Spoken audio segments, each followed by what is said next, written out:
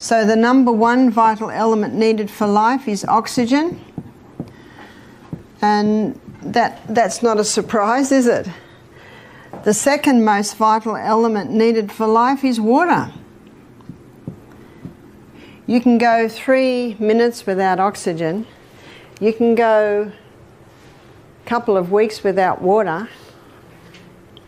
I always thought it was 3 days without water until I read a book called The Long Walk about some people who were escaping the Siberian work camp, and they were in the desert and they went nearly 2 weeks without water.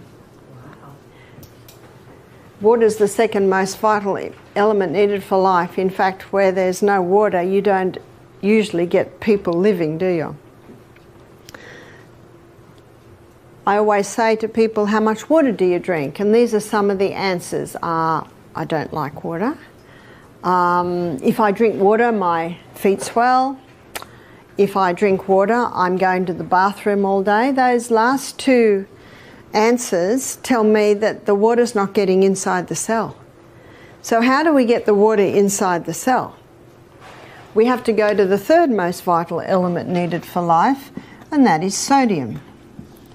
The fourth most vital element needed for life is potassium.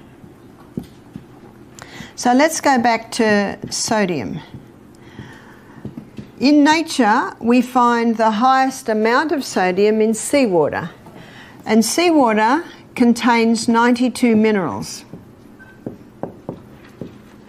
Of those 92 minerals, 30%, approximately 30% is sodium. And of those 92 minerals, approximately 50% is chloride.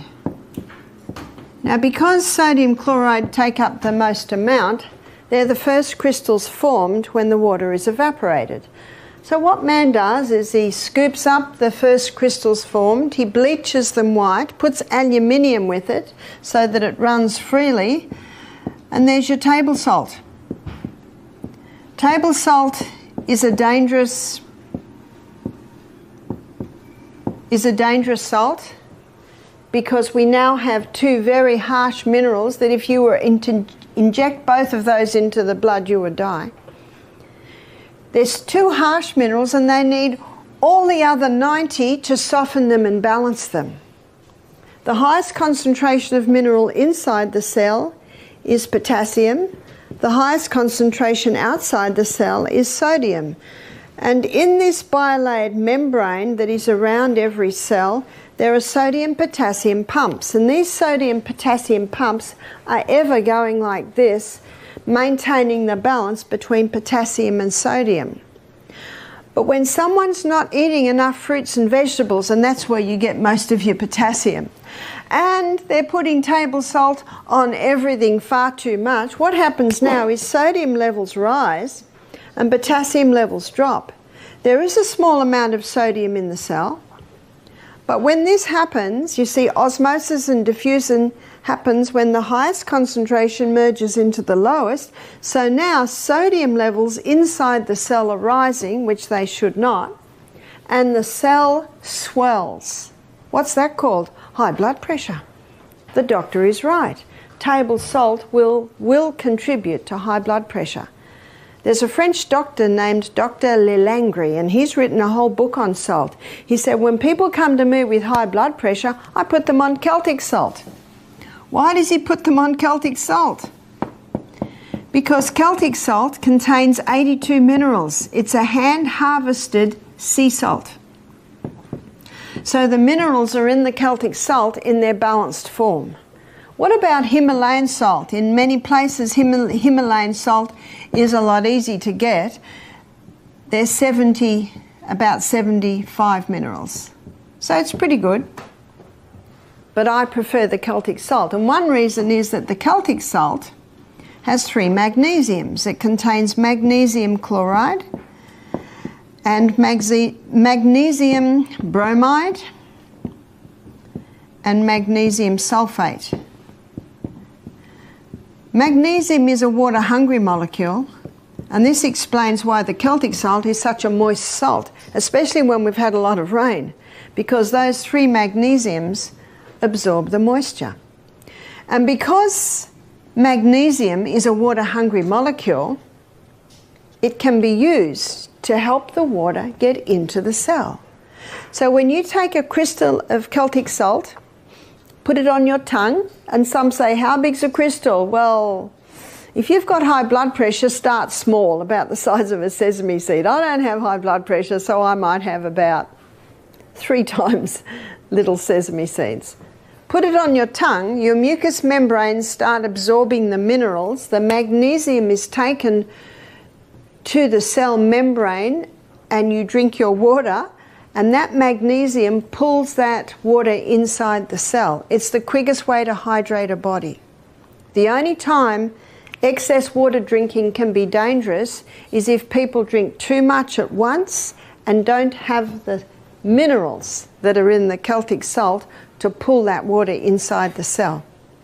I've had people complain to me, they say, I'm drinking more water now, and now I'm going to the bathroom all day. So I say, are you having the salt? Have a little crystal before every glass of water. And ideally we should be having approximately 8 glasses of water a day. And then I say to them, and don't drink a whole glass at once. I think I mentioned earlier, I drink half a glass as soon as I get up. I go to the bathroom, I drink another half glass. Then I get dressed and have another half glass. But when I start every glass, I have that little bit of salt. So you spread the water over the day. And many people have said to me, thank you so much, that has made a big difference. See, huge water in, it's not long before huge water has to come out. It's like watering a plant. And look how God sends the rain, little by little by little. And when there's a tornado, when there's a torrential downpour, that's when the soil gets washed away and flooding can happen. So remember that with your body. Take it little by little by little by little. It is the best way to take it. Lining our gastrointestinal tract are villi. And on the villi is a receptor site. And that receptor site is to take the glucose through and into the blood. So on this villi, we've got a blood capillaries that go all the way through. Now in that receptor site is a carrier. And this carrier is designed to take the glucose through to the blood. But the carrier will not accept the glucose unless it comes with a molecule of sodium. I read this in my anatomy and physiology book. In the anatomy and physiology book, I memorized the sentence so I could give it to you from the horse's mouth. Sodium is the main transport system of glucose across the brush border wall and into the blood. And yet what are we told? Don't eat salt. Well, I agree with the table salt because it causes this imbalance of minerals in and out of the cell, absolutely. And did you know that sodium chloride is so strong it can kill the taste buds? Have you seen people that eat table salt? They put it on everything and they put it on before they've even tasted it. Well, no wonder, their taste buds are dying.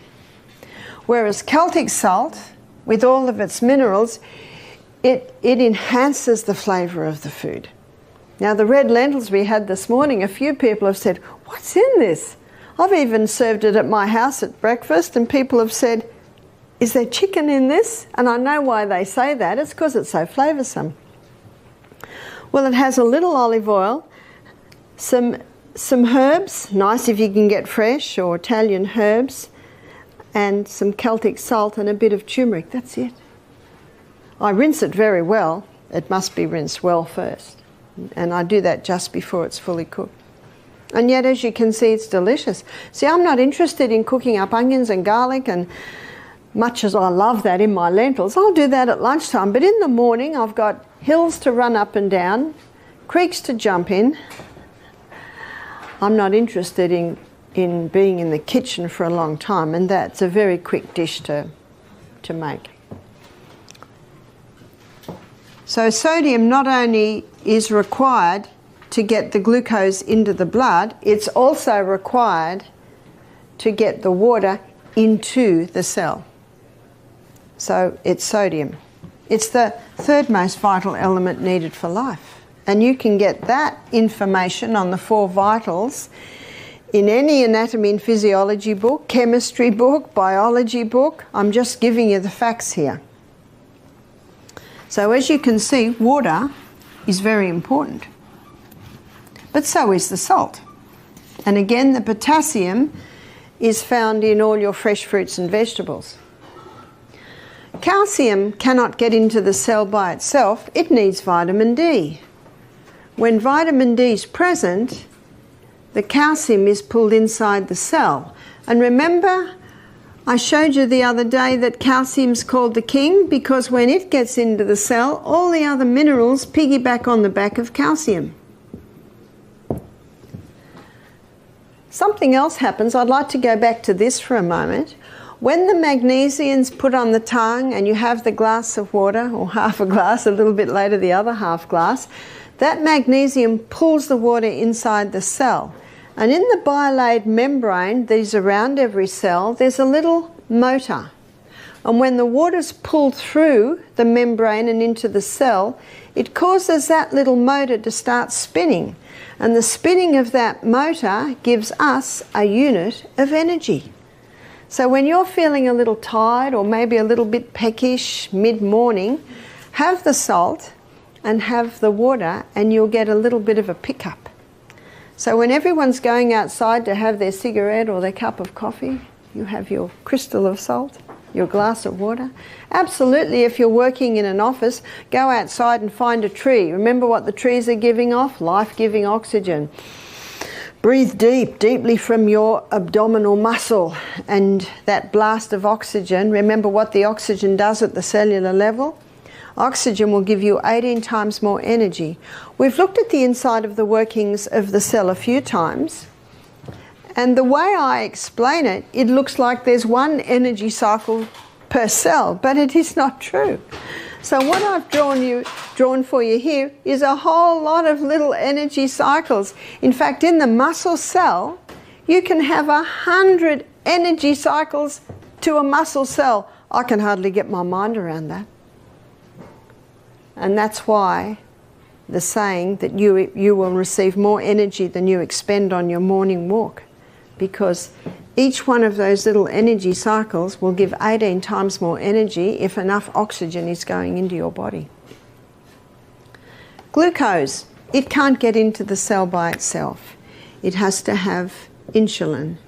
Insulin's the key that unlocks the door to let the glucose into the cell.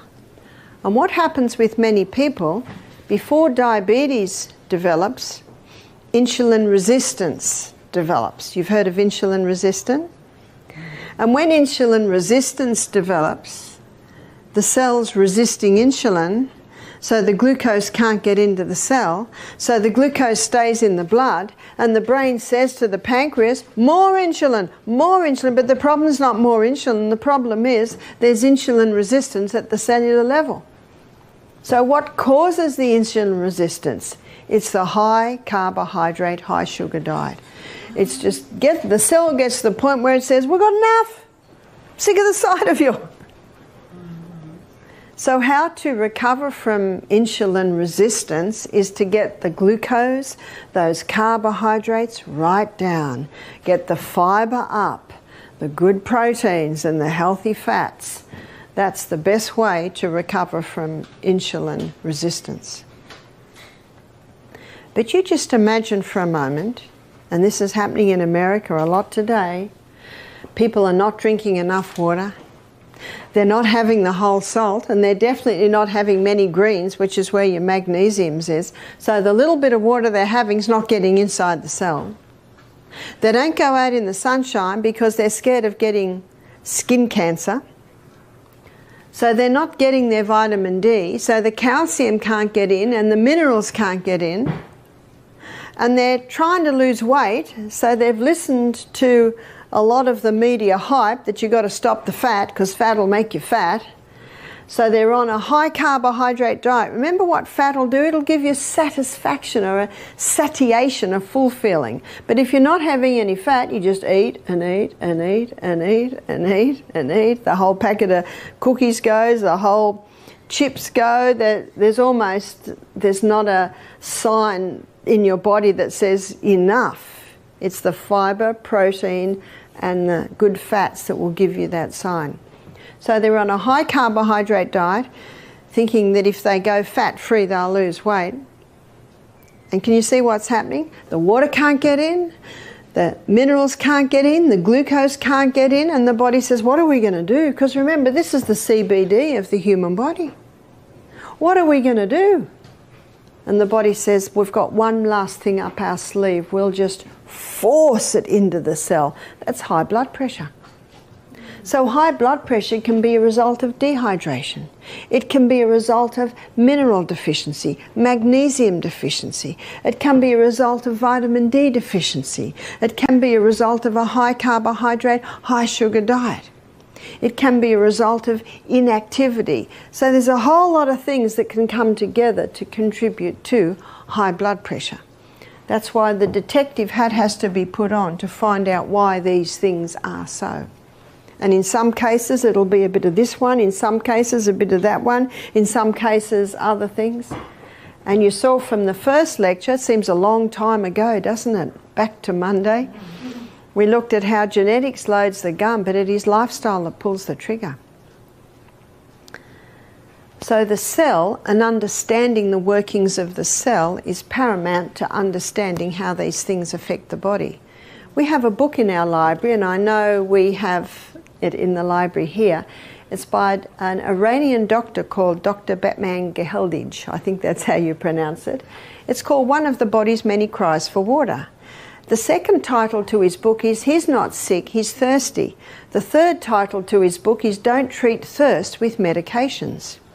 His story is fascinating. I think it was in about the 70s or 80s. He was a political prisoner. And because he was a doctor, everyone came to him when they had problems. And all he had was water. So no matter what the problem was, he'd get them to drink a glass of water. He'd come and see them 15 minutes, he'd give them another glass of water. So usually in half an hour, they had 3 glasses of water. And he was just shocked at how the headaches are gone, the migraines have eased, the stomach ulcer pain had relieved, the asthma attack relieved. He only gave them water because he had nothing else.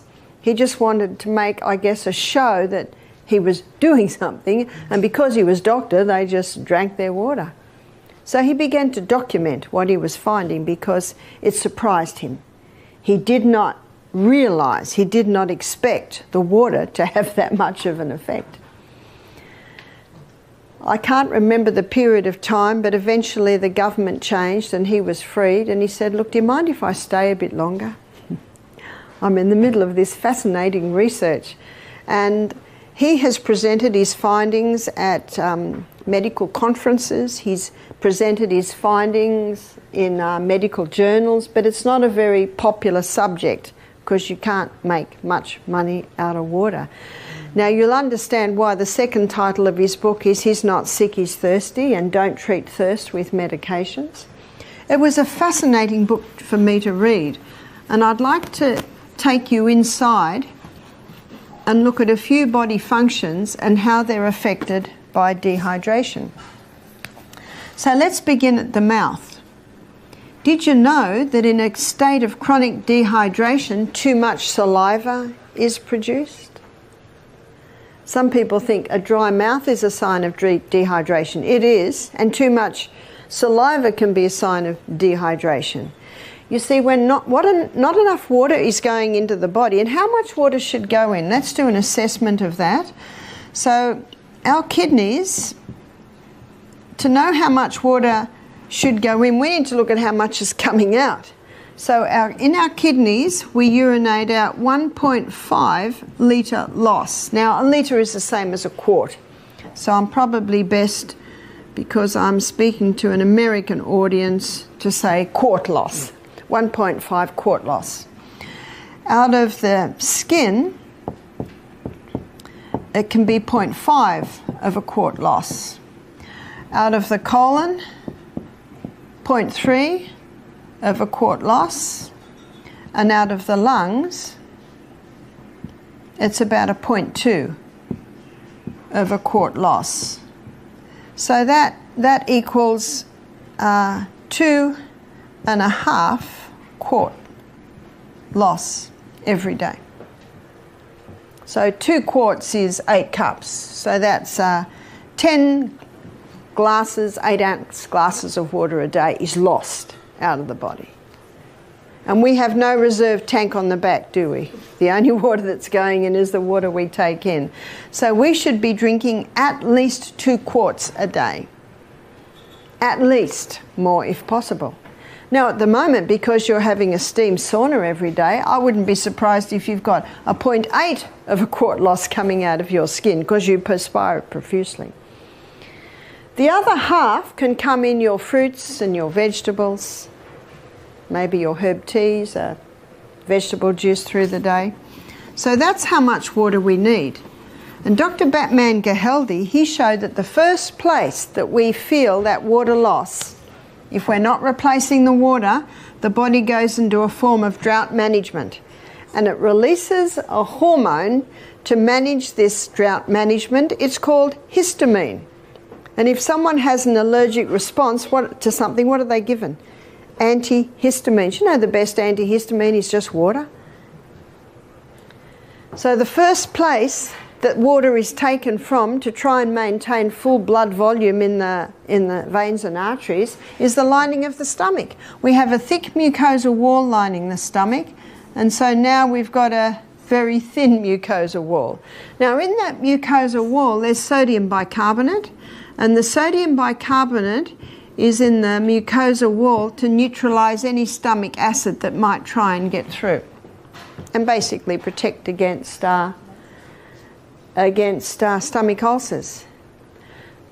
So what is a stomach ulcer? It's basically a breakdown of the tissues. Now let me give you a scenario here.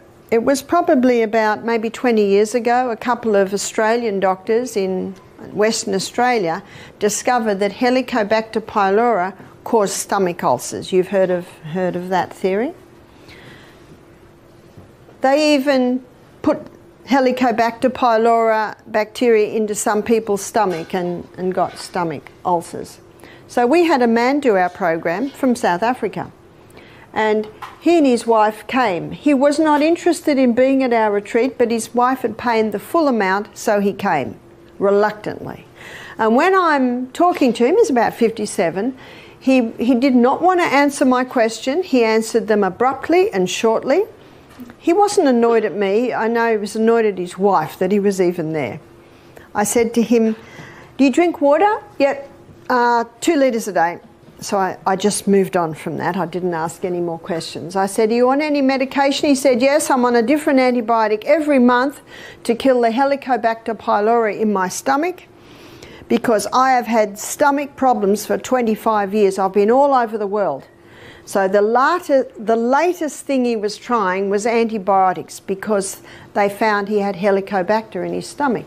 I said, "Oh, how long have you been on this program?" He said, 4 months.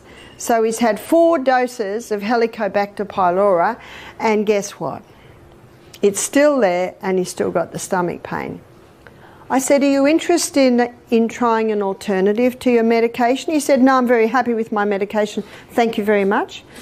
And I always give everyone respect. I respect everyone's choices. Isn't that our God-given right? Absolutely. I just said, "Oh," and I left it there. Now, after the first lecture where I talked about the body's ability to heal itself, so that we have a problem, we should be looking at how the body heals and work with it. He and his wife, and she was on the medication too, they came straight up to me. He said, "That made more sense than anything I've ever heard. I'm willing to do what you suggest." I said to him, "I have no authority over your medication, but I said, if it was me, I would cease it because it hasn't worked so far, and I would try the herbs that I suggest." He said, "I'm willing." So what I did was I gave him a herb called slippery elm, which coats and soothes the lining of the gut. He did our basic program, 2 days on juices, and we encouraged people, of course, to drink water between every juice. At the end of the week, I had a very happy man in front of me. He was eager to tell me something. I said, yes. He said, I've had no stomach for 2 days, first time in 25 years. I said, that's good news. And he said, and I've worked out the problem. To me, that was even better news. Because who's the doctor? We are. We are. I said, what was the problem? He said, I was drinking nothing between meals, and I was drinking almost a whole litre of water with every meal. So I want to show you what was happening in his gut. So what was happening in his gut, he's drinking nothing between meals, which means the lining to his gut is very thin, which means the hydrochloric acid is breaking down the tissues. And remember, the bacteria is an opportunist organism. And so what happened is the body started to, its own microorganisms changed role and came to the cleanup team, remember the garbage collectors, and they started to clean up the dead tissue, and their name was called Helicobacter pylori. See why you have to ask why are they there? No wonder they find Helicobacter pylori in every case of stomach ulcer. They're there to clean up the mess. Now, as God would have it, when we smell food and we start to chew food, hydrochloric acid, here's hydrochloric acid is released. And hydrochloric acid connects with pepsinogen to release pepsin, which breaks down protein, but hydrochloric acid does something else. It's antifungal, antibacterial. And so it has the ability to wipe out these guys. And just as hydrochloric acid is considering going down and wiping these guys out, he has a big glass of water. And what does water do to hydrochloric acid? It just dilutes it. So Helicobacter pylori is chomping away at the dead tissue, and it goes, whew, that was close. Chomp, chomp, chomp. What this man discovered is that he was drinking water at the wrong time. Do you remember I said to you earlier, I said, how much water do you drink a day? And he said 2 litres. And because he was a little bit abrasive with all his answers, I decided not to push it anymore. So now he drank early in the morning. He stopped drinking half an hour before his meal. That half an hour before the meal immediately thickened that mucosa wall. The water he had the day before fed the hydrochloric acid that's made in the liver. So let's have a look at what's happening now. Now, being at the health retreat, he's drinking water at the right time between meals. His mucosa wall is getting thick. And then when he eats his meal, hydrochloric acid, which is not being watered down anymore, comes down and wipes out Helicobacter pylori. What a wonderful process. Who healed him? His body healed itself when given the right conditions. When someone comes to me with Helicobacter pylori, one of the first things I do is increase their hydrochloric acid. Because if you increase the hydrochloric acid, remember what one of its roles is? Antibacterial, anti-yeast, antifungal. Now, I'm not criticising the doctors that discovered that Helicobacter pylori causes stomach ulcer. It is there. It does play a role. But why is it there? Can you see that? And unfortunately, on the board that awards Nobel Prizes, there are representatives from the pharmaceutical companies. So we won't go any further there, and I certainly am not saying people that get Nobel Prizes don't deserve it. Absolutely they do, because of their great work. But I'm just presenting you the facts. I'm just giving you the basic anatomy and physiology. So this man who'd had stomach pain for 25 years found relief by just drinking water at the right time, which allowed his body to heal itself.